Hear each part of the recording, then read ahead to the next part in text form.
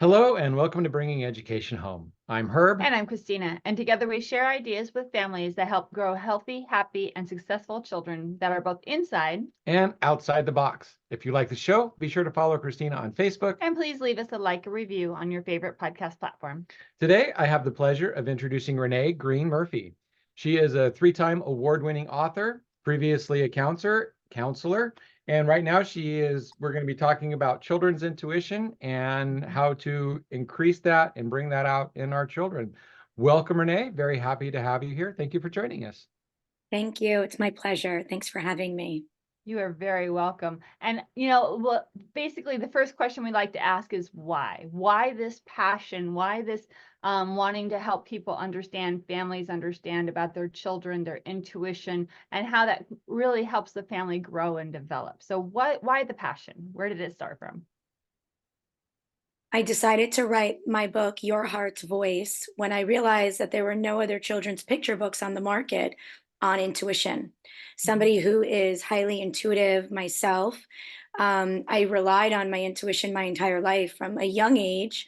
At the time, I didn't know exactly what it was, but I did always hear a whisper in my heart telling me the right thing to do. And it guided me throughout life. I depended on it actually as a school counselor, throughout my career endeavors, friendships, staying out of danger, staying out of harm's way. Not to say that my life was perfect by any means, but I did acquire this tool from a young age and I developed it. I trusted it.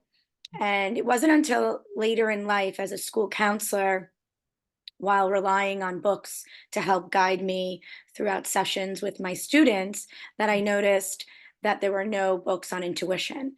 Fast forward, I became a stay-at-home mom. And with my second child, Eden, I remember vividly working out and looking over at my husband and saying, I need to do more with my life. While I'm privileged to stay home with my children, at that time I had two, an infant and a 3-year-old. I said, I've given my life back to the educational community for most of my adult life, and I need to do more. And that's when I remembered that there were no children's books when I was a counselor in New York City school that I worked in for 11 years. And I said, I'm going to write my own. And that's when the concept was created. I did my research again. I saw there were still no children's picture books on intuition, and I started my manuscript. It was in 2018. Then I tucked it away because life took over. And it was a year ago that we had a tragedy in my family. My little brother died in a car accident, and I naturally gravitated towards writing again. At that point, I have 3 children, 3 years apart, 3, 7, and 10. And I just started writing. I had forgotten that I had my manuscript in the closet. And once my mind got settled by frequently visiting the beach and connecting with him and just calming my mind, which is the first step in acquiring your intuition and tapping into it, I remember that I had my manuscript and I pulled it out and I actually completed the rest of my book on my phone while at the beach. Wow, that is, something to really kind of dig into and think about. It's like, absolutely. As educators, I was an educator for 27 years as well. And so just knowing that passion of giving your life, giving your, process to the education of children, wanting them to learn and grow. And intuition is something that, you're right, we don't talk about a lot. And the children hear that little voice, but they're not sure where it is or what it's come from. And we at Byron Family Education really, really want to make sure that we're helping the whole child. So it's a holistic education, and that intuition is absolutely part of what we want to have families develop. Now, because we don't talk about it very much, and everybody knows what that word is, what does intuition mean to you, and what is intuition when you start talking about it with children? So with children, I created Your Heart's Voice as a visual because it is a hard concept. Children need to be able to see, to be able to understand, as opposed to just auditory learning. And so your voice, your intuition, it comes from your heart as opposed to your mind, your ego. It's our gift from God. You can call it your conscience, you can call it your gut, your instincts, your intuition. But it's always going to tell you the right thing to do, not the wrong thing to do. We have so many external factors in society through school and friendships, peer relations, family, just the media, that is so toxic, that teaches our children the wrong thing. So many times our kids are following the crowd, and they're learning things that their little minds can't even wrap their head around comprehending, but they're doing it anyway. And so they learn so much negativity that we are veering off of our gift, which is intuition. When we calm our mind and our body and we tap into that voice, it will veer you on the right path as opposed to the wrong. It boosts independence. And when children have that, that immediately boosts self esteem. Our children, I think, and it's shown, are in dire need of boosting self confidence, and becoming leaders of their own little groups of peers, and they can then share it with their friends. I think it's also very important that it's implemented in the school setting, in the educational environment. It will help the teacher with behavioral issues. It will help the student. When you have a boost in mental and physical esteem, that immediately relates to a boost in academic performance. And so it really is a win-win. Mm. Yeah, absolutely. So my out of the box thinking is they are teaching so much stuff in school right now that isn't true, that isn't right. So why would they then put something called intuition into the classroom where the kids can go, hey, that's not right, and then be put in line? So how does bringing intuition back into the classroom, into the schools, going to help when a lot of the things that are being forced by administration and upper to teach to the children just aren't really true at the moment? Well, the first step is teaching the children and explaining what it is. Like I said, many of our youth don't even know what it is. It's unfortunate, but in my experience, not with my children, but I've been speaking to a lot of children about my book since it's been available since October. Many don't even know what it is. So if it's not discussed in the family and in the home, in the unit, in the natural unit that you're used to being around every day, no matter who that is, it's not necessarily discussed. So my book is a nice window to opening that door of communication. Once they see that Jade, who is this 11-year-old girl, my book is very vivid, it's very welcoming.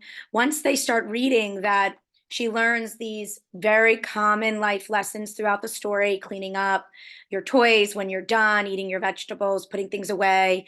And she's developing this understanding that when I listen to this voice in my heart, I'm making the right choice. She's happy. She's making her parents happy. Who doesn't want to feel happy? So you're listening to your intuition, as we grow older, not only helps us on the right path, but it instills happiness within us.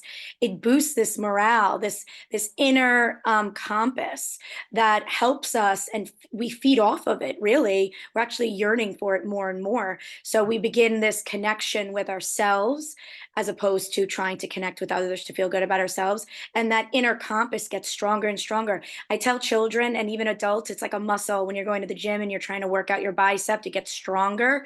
When you rely on this muscle, your heart's voice, your intuition, it gets stronger. And children need to know that no matter where they are in the world, no matter where they are throughout the day, it follows you. So you don't need anybody's assurance to listen to it. You make that choice yourself.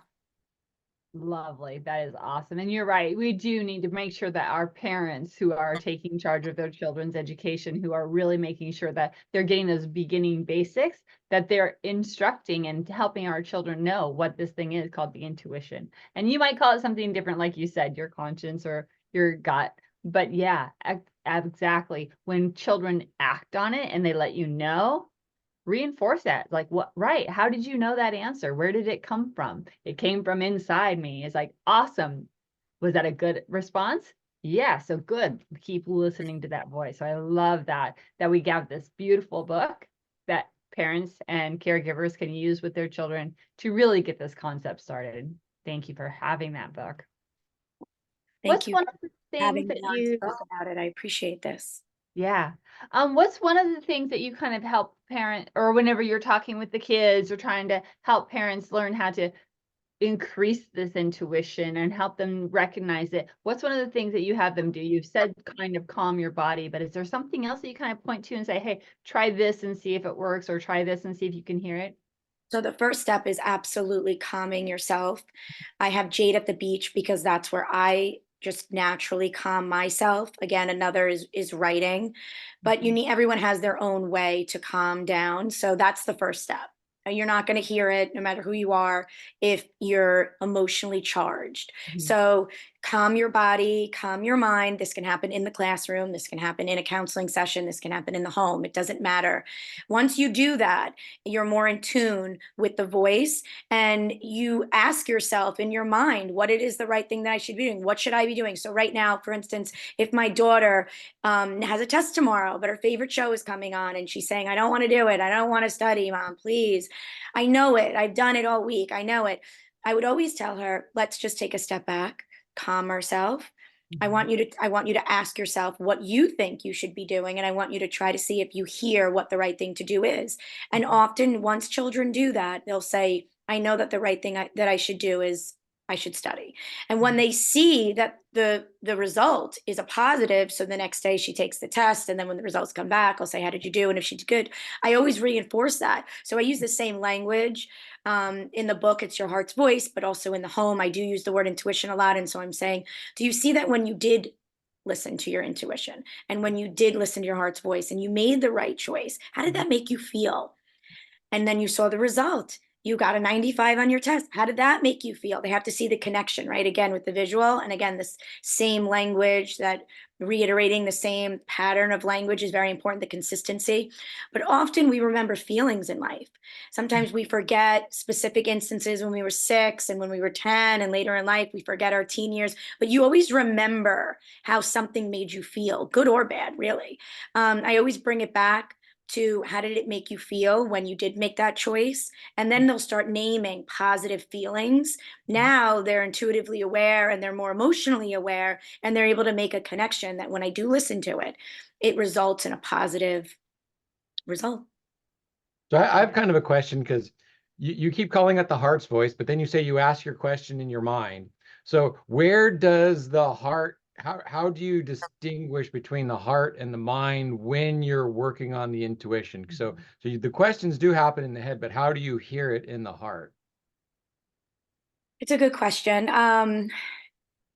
You once your body is calm and you are trying to think about what it is that whatever the dilemma is, whatever the problem is, right? And sometimes we don't even have to ask ourselves. Sometimes it just the voice is there. You get in the car, maybe you quickly want to drive off, and there's that voice that says, put your seatbelt on.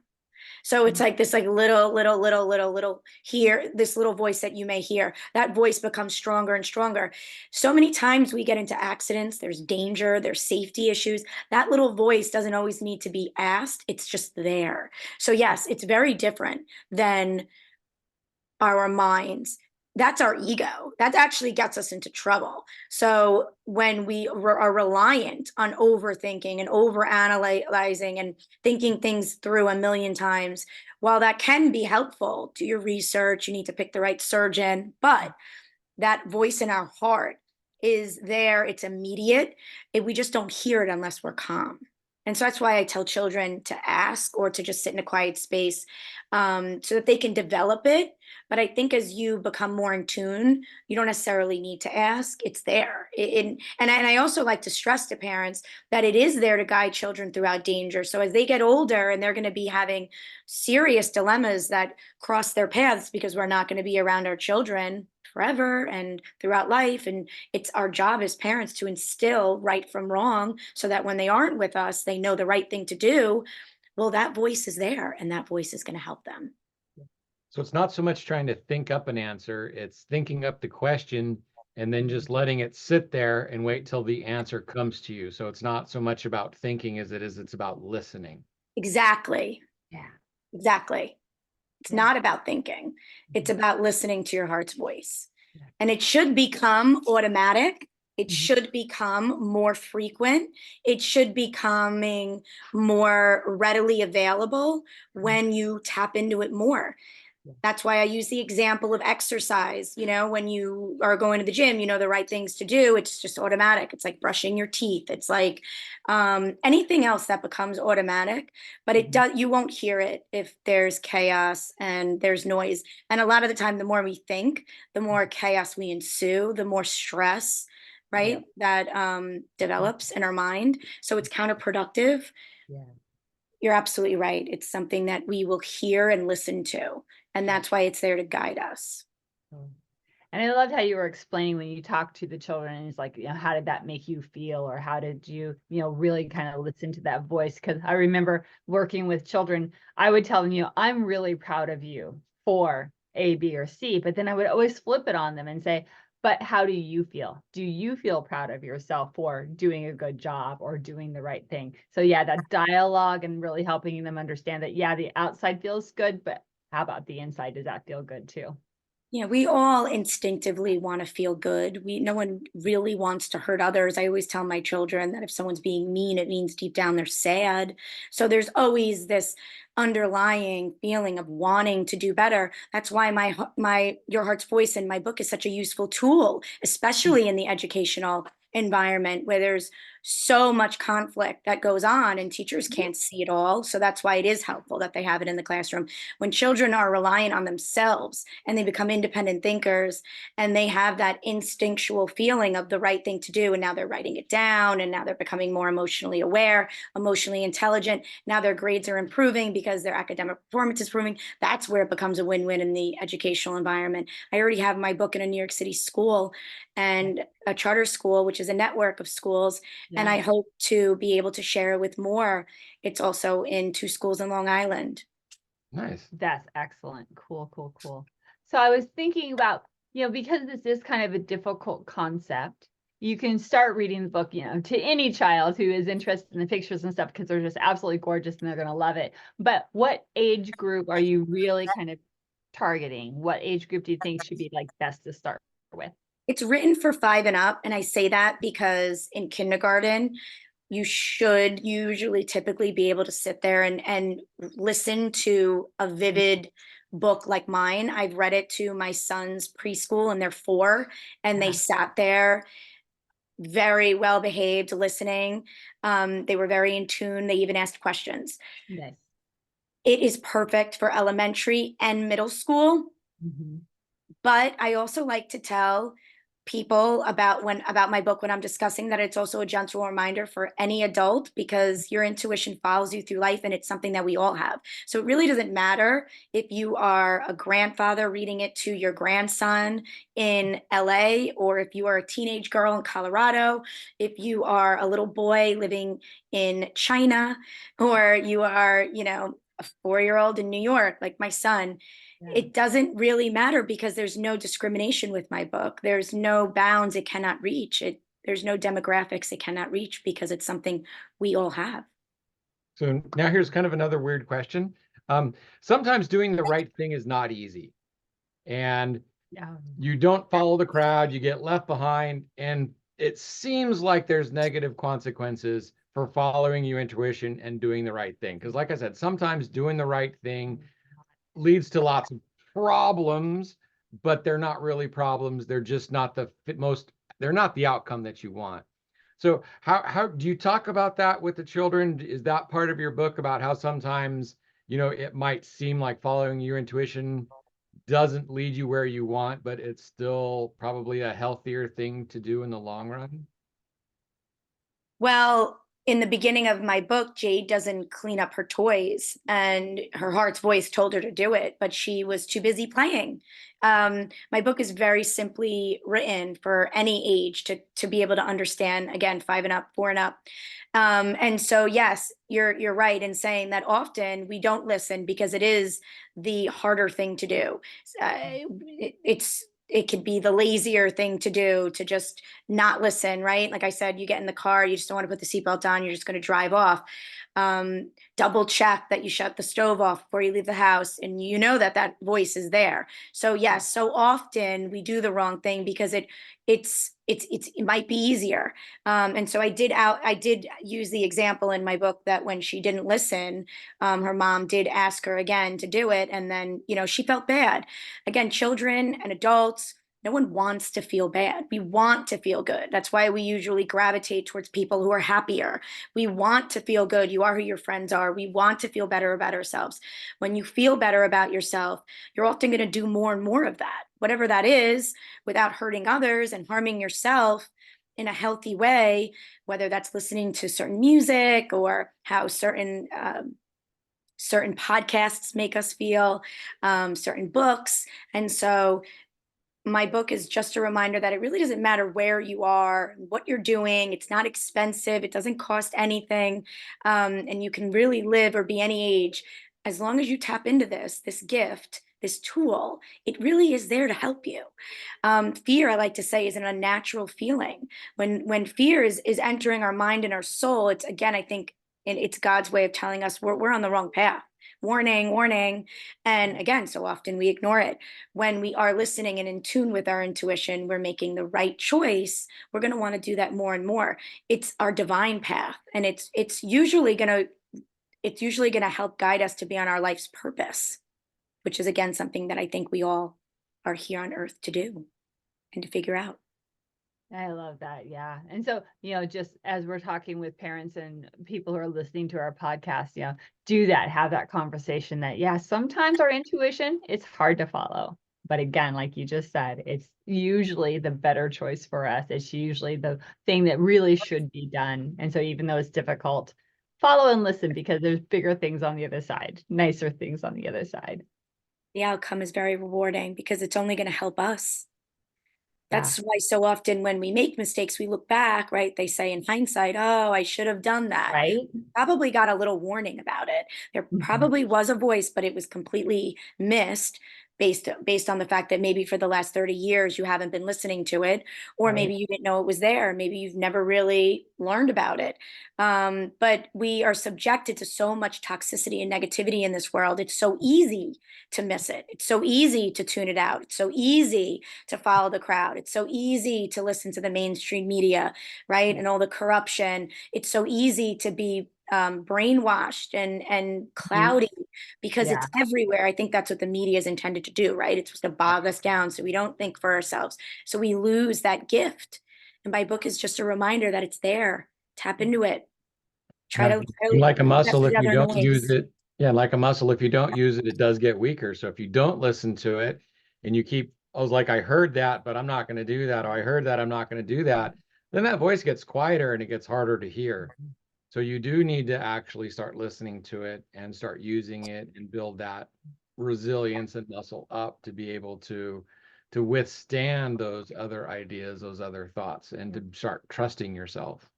Yes. And do what works for you. We're all different. It might be when you're driving. That's when your mind is calm. It might be the beach. It might be when you're reading, actually. It might be when you're putting your child to bed. It doesn't matter. Just find what works for you. That's the first step. Just like anything, we need to be able to name the problem to fix the problem. Well, with this, you have to be able to start somewhere. You have to be able to get to 1 before you get to 3. The first step is you have to have a calm mind. Again, that's why Jade is at the beach. And that is, she also, throughout the story, you'll learn that she actually colors to calm her mind. So one of my children do that. For adults who are trying to teach their children, reiterate what works for them. So if you have a child that when they feel calm, and maybe they don't even know what helps make them feel calm, but as the parent, you're aware of it. I notice that when you're reading, your body is very calm. So that's what works for them: coloring, laying down, being outside in nature, right? There's an energetic component there that naturally calms our brain. So whatever works for you, that's the first step. Hey, you can also put things into place. So when she was a classroom teacher, we had like I set up a bell in her classroom that would randomly ring and the children would stop and take a deep breath. So breathing exercises, different ways of learning how to breathe, just stopping for a little bit and taking a deep breath when you're doing stuff. All of these things can calm you down. So the meditations can work. And for some reason, little children, when they first learn to meditate, they really get into it. And it's like, wow, this is really cool. Look at all this cool stuff that's going on inside of me. Yeah. And so, Because then they're in tune with their body, right? yeah, Children are so kind of just like running around like a chicken with their head cut off. Right. When they learn to calm down, they feel more often, you know, they're more in tune with their senses. And when we're more in tune with our senses, touch, feel, see, taste, hear, that immediately calms us down. That is a technique that counselors use all the time to help with anxiety with children. And so anyone can use that. As soon as you're starting to feel stressed out, tap into your senses, all of them. Go taste something, go look at something, go feel something, go smell a flower. When you do that, you're more in control, right? And that's Yeah. the same idea of when we are meditating and when we are breathing in through our nose and out through our nose, not through our mouth, because when we do that, it actually creates anger. And so in through our nose, out through our nose, and then we take a deep breath. We do that 10 times. So all of that is also a sense of control, which immediately calms us down. So yes, that's perfect. And if To you be want able to another one keep, of those buzzwords for that, see, touch, taste, that's called somatic. So yeah, somatic exercises. So you can look up on YouTube for different things for somatics for children or even for yourself, and learn how to calm yourself as well. So Yeah. Renee, this has been a wonderful conversation. I am so glad that you created the book, that you brought it forward, that we have this tool now to use with our children and really help them kind of get in touch, like you said, with their inner voice, their heart voice, and that intuition. As we get ready to kind of close out, can you share with us where can they find your book and where is your website so they can get a hold of you and get in touch with you if they would like?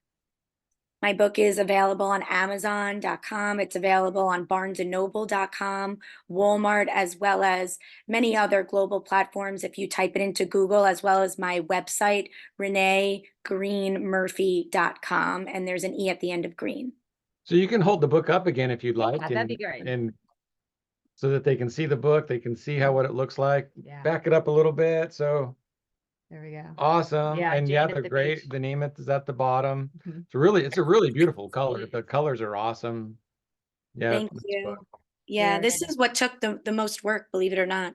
The Mhm. illustrations took longer than writing. Wow.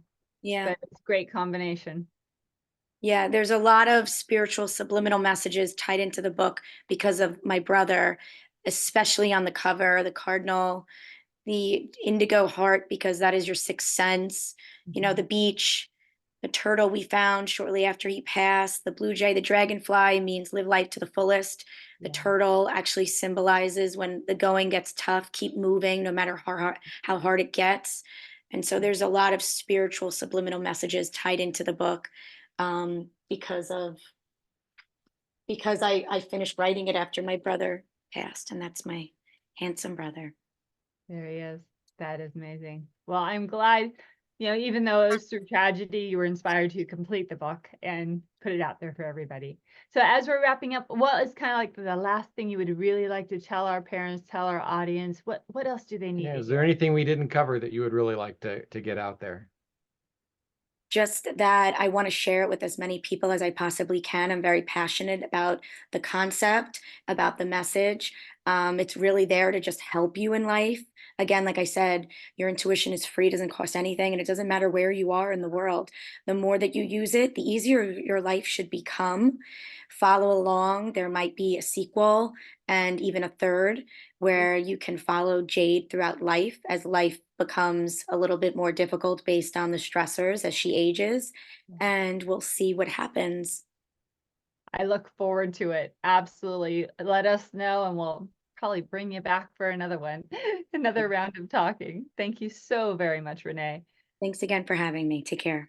It's been Very a welcome. wonderful interview. I'm so happy that you're actually, instead of just letting stuff go and complaining about the world, that you found a problem and that you are actually putting yourself out there and doing something about it. And that you be the change you want to see in the world, and you are embodying that. So thank you for that. Thank you for being here. It was a wonderful conversation, and we look forward to having you back when your next book comes out. Thank you. My pleasure. Take care. All right, audience, as you can tell, it's time to wrap up and say goodbye for today. But take all these gold nuggets, take all these things that we just talked about, and try to implement at least one of them in your life for your child. Make sure that you are reaching out, growing with them, caring for them, and making sure that you make every day a wonderful day. Bye for now.